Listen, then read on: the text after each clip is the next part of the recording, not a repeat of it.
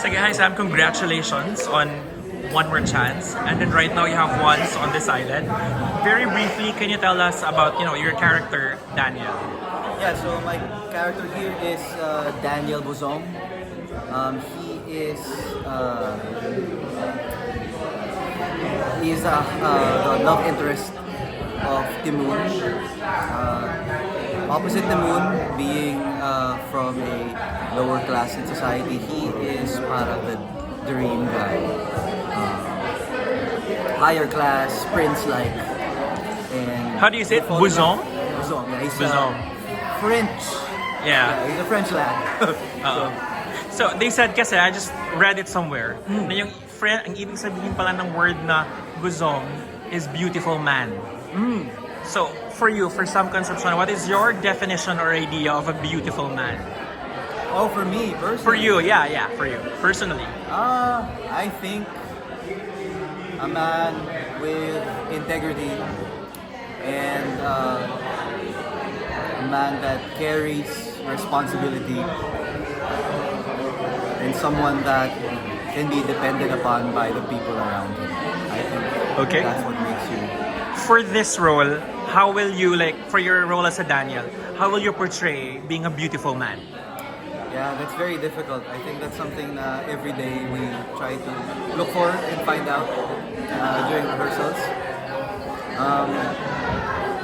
I think, like the examples that I said, portray him as someone with integrity, authenticity, and a strong-willed character. I think it's easy to stereotype him as just like a prince na, alam mo yun, guwapo lang or like sings beautifully, and that's fine. Yeah. But I hope to be able to put some bit of myself and put something truthful and real para hindi siya, stereotypical. Sige, sundutin ko lang dun sa second question because the angle of the story is about that eh. So Yeah. sundutin ko lang yung second Sure. question. How do you make yourself a beautiful man? Ganon. Personally or for the character? You personally. Oh. I think it's a constant decision that I have to make every day to make myself better. Yeah. Right now, I try to exercise these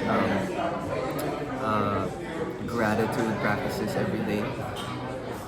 I wake up in the morning and I practice it just to be more in tune with myself and my desires. And I think incrementally just trying to make things better every day. And that starts with yourself. Yeah. That's physically, that's mentally, emotionally, spiritually. Trying to make yourself better and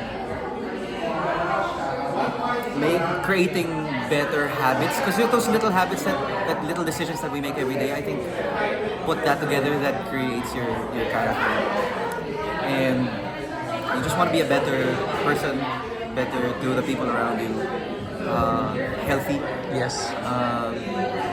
and committed to your craft, committed to your people, to your relationships. And that's a very hard thing to do. Yeah, we fail every day, but grace is always new every day. You mentioned about gratitude earlier, di ba?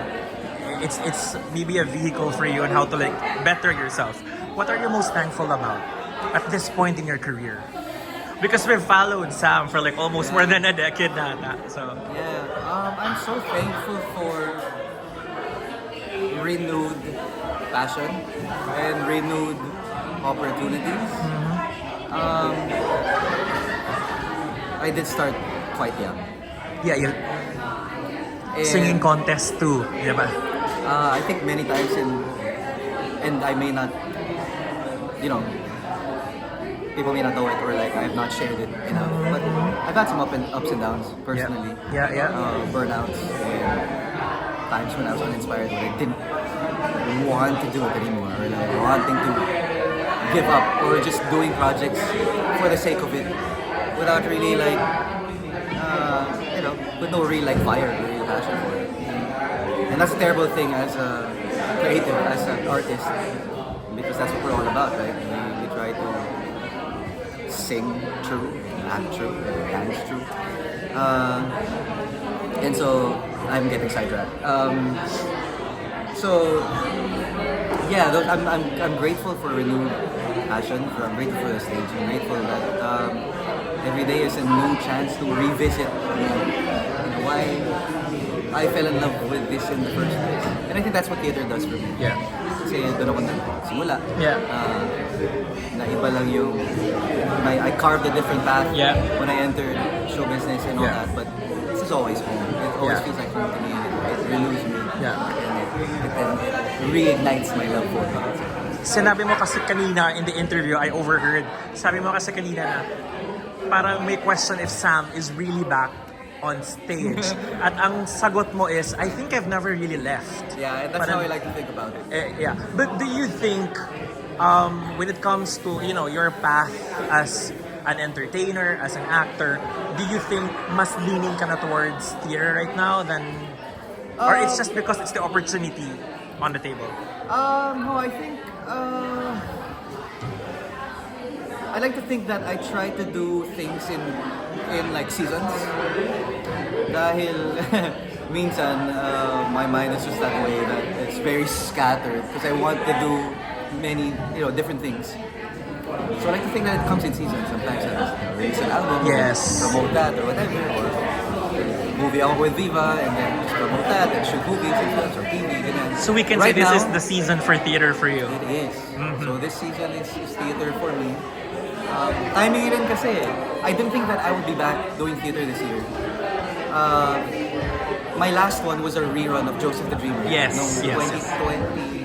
22 pa? 22 ba? Yeah, 22 or yeah. 23? Yeah. 23. Yeah. And I thought to myself, well, I think that's it for theater. For me, parang wala yata.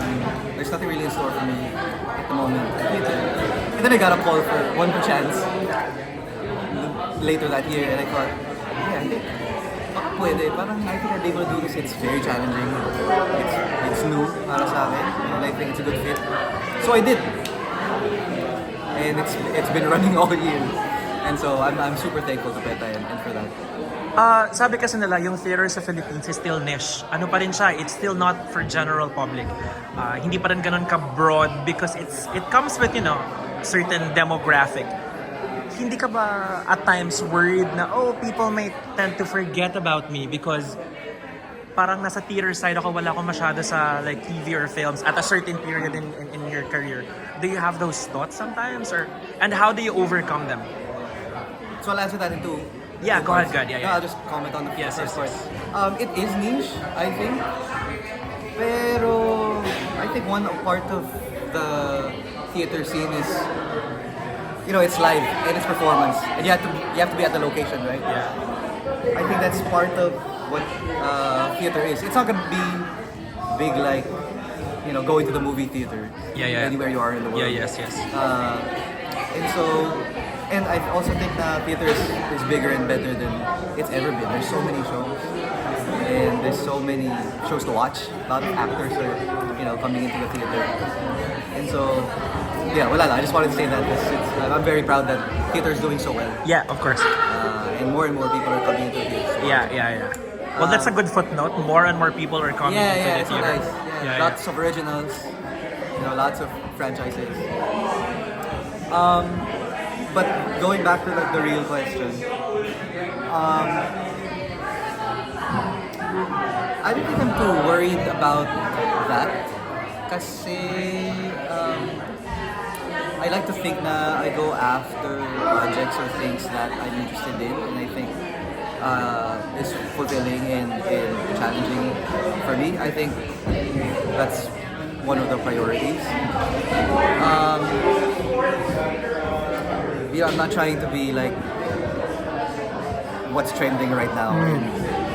I'm irrelevant if I'm not trending. If you're not, yeah, okay. So while that may be true, there's an argument to be made about that. Pero I'm not sure that's my main priority, to be seen on TV all the time, or to be always on the radio. I mean, that's nice. It happens sometimes, pero I think I'm in this in the long run for longevity. Longevity. So I try to do projects that builds me as a person, as an artist. So yeah. Babalik din naman ako. I'll do TV again, I'll do movies again. Pero question lang yun. But I don't think personally people will ever forget about some Concepcion. I mean, you've reached that certain level na parang nakapasok ka na sa life ng general Filipino public. Pero question ko, do you still audition? Or are these roles just given to you because you're one of the theater luminaries? Siguro dito, sa Once on This Island, how did they give you the role? I think yes and no. There's some things you, of course, definitely still audition for, and there are some things that are offered. I think generally my auditions have become my previous performances. Your body of work. Yeah, I think that's the most important part, and I think mas nagiging mahirap siya than just going to audition. Kasi your last show is like your audition. If it's if it's good or not, that's the only thing they remember. Okay. Probably, sometimes. Kaya yeah, some of them are offered, some of them are given, but some also I still have to chase. Like one more chance. I mean, I know Mike Salomon and pero I still sent my reels and like I sang Ben and Ben songs, shot it, and sent it to him. Talaga? I thought you're one of the who skips that part. For this, I think. You did? Okay. Because of One More Chance. Like, again, that was my audition for the other stuff. And so, depende sa production. Yeah. Nababasa mo naman all the positive reactions about One More Chance. Ano yung pinaka-favorite mong sinabi ng mga tao?